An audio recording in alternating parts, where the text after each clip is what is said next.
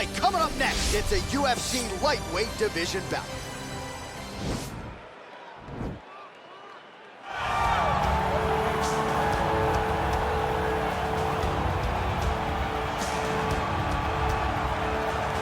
All right, so here he is, one of the more prolific takedown artists in the UFC at present. And when you get some praise from Daniel Cormier when it comes to your offensive takedown game, you know you're doing something right. And you talk about wrestlers and judo players and grapplers, but this guy just combines all of that. He is able to use foot sweeps from the grappling game. He is able to use throws from judo, and he's able to use wrestling from the wrestling game to take people down. He has an array of takedowns at his disposal, and he uses every single one of them. From the speed of the level change, to the timing, to the knowledge of where to go next. When the guy starts to defend, he's truly, truly something special. I don't think he could take you down, but tonight he doesn't have to. So in this matchup, prevailing wisdom is he'll be able to get this fight to the canvas.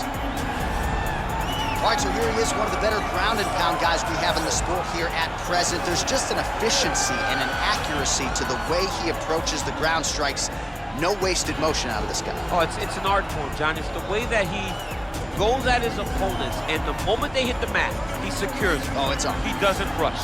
He takes his time. He knows that it does not take much in order to finish a fight.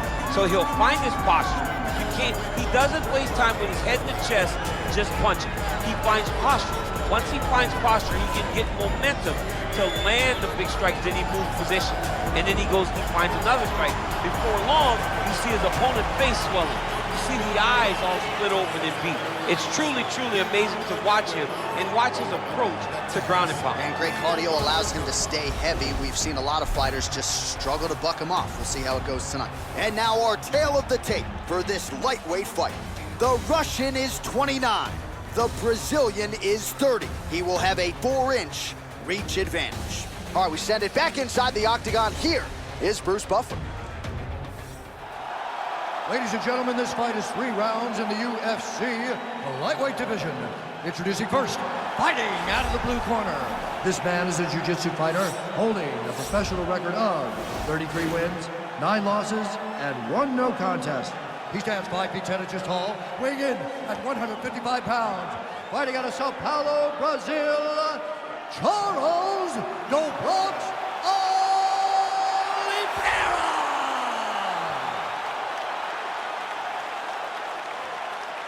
And now introducing his opponent, fighting out of the red corner.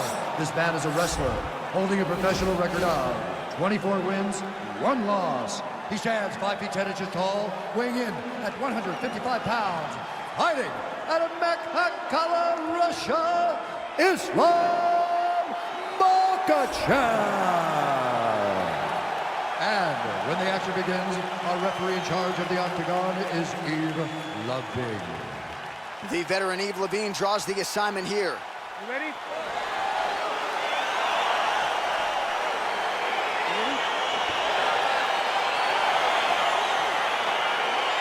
right, so here we go with round 1. It is not a question of if, it's a question of when this fight hits the ground. You've got a grappler, a Brazilian Jiu-Jitsu black belt. Most people think we're going to get a grappler's delight tonight. Yes, we are going to get a grappler's delight, but for the Jiu-Jitsu player, for the Jiu-Jitsu fighter, he cannot allow for himself to constantly be on his back, because in the grappling realms, not only do these guys possess great submission skills, but the ground and pound.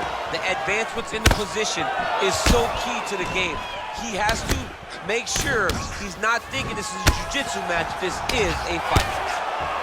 And now he engages in a Muay Thai clinch, and I think a lot of people watching wonder how you can control an opponent like that. Hard to get out of. Oh, and he hip tosses him to the mat. Now we'll see what he can do from here, DC. Right into side control. He's going to try to control him, then find a submission.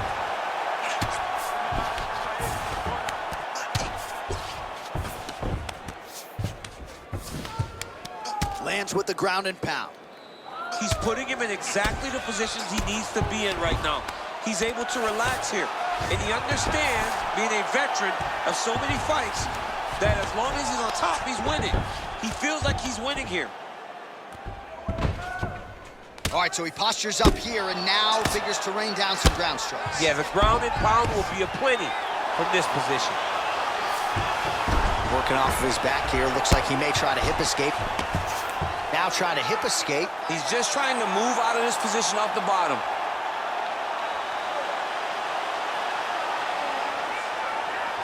The Kimura is not the arm. It's the shoulder pressure that usually makes you tap. But now DC trying to isolate an arm. Yep, he's using the Kimura.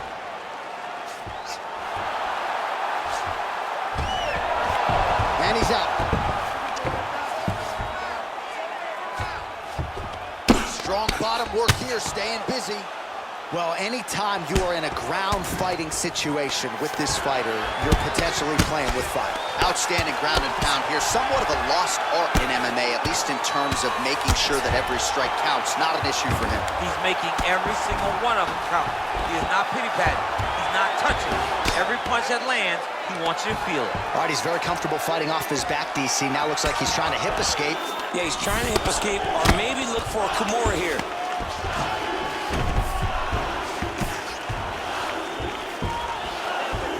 A lot of top pressure being applied here as he works out of side control.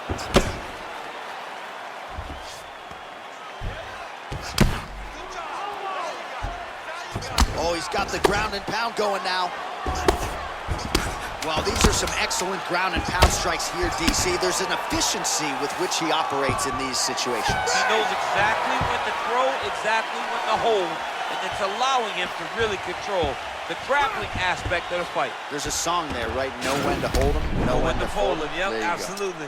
All right, let us now look back at some of the highlights from that round, and there just aren't that many guys on this roster that can keep up this offensive wrestling pace over 15 or 25 minutes. But he's one of those guys. He is one of those guys that's able to continuously take you down even if you get up over and over. He has this ability to maintain that pace and pressure that he can wear his opponents down. That's why you see him get so many finishes as the fight progresses. All right, so perhaps a little frustration creeping in as our next round gets underway. Very close to submitting his opponent in the previous round, but was unable to do so. Wasn't able to do it, but he was so very close. Just trying to put himself back in that position, and maybe this time he gets the finish he wants so badly. Stuffs the takedown there. How good is his takedown defense? Oh!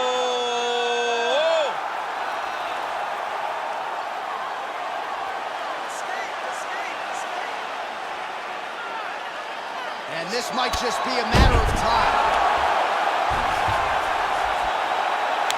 He got it. He got it, John. Oh, he got it done, absolutely. He finishes his opponent by way of submission.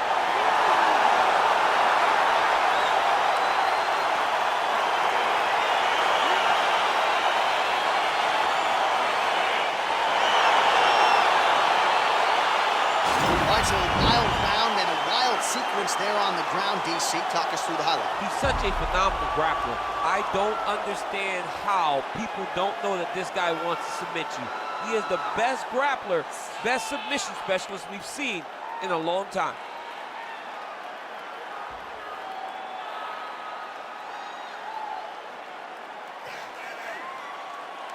So there he is, your winner by submission. That is a finish they will likely be talking about for some time.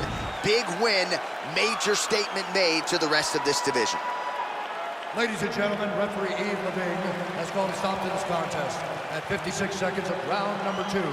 Declaring the winner by tap out, Charles the Bronx Oliveira! Well, the celebration is on in his corner, and hard to blame these guys, sort of waiting to exhale, get a huge win tonight, and not just the win, but they get it by submission. They knew what they had in front of them. They knew how tough a competitor his opponent was, but they also knew that if they could get this fight to the ground, they could find a submission. They found a submission. He got his hand raised in the way that he loves the most.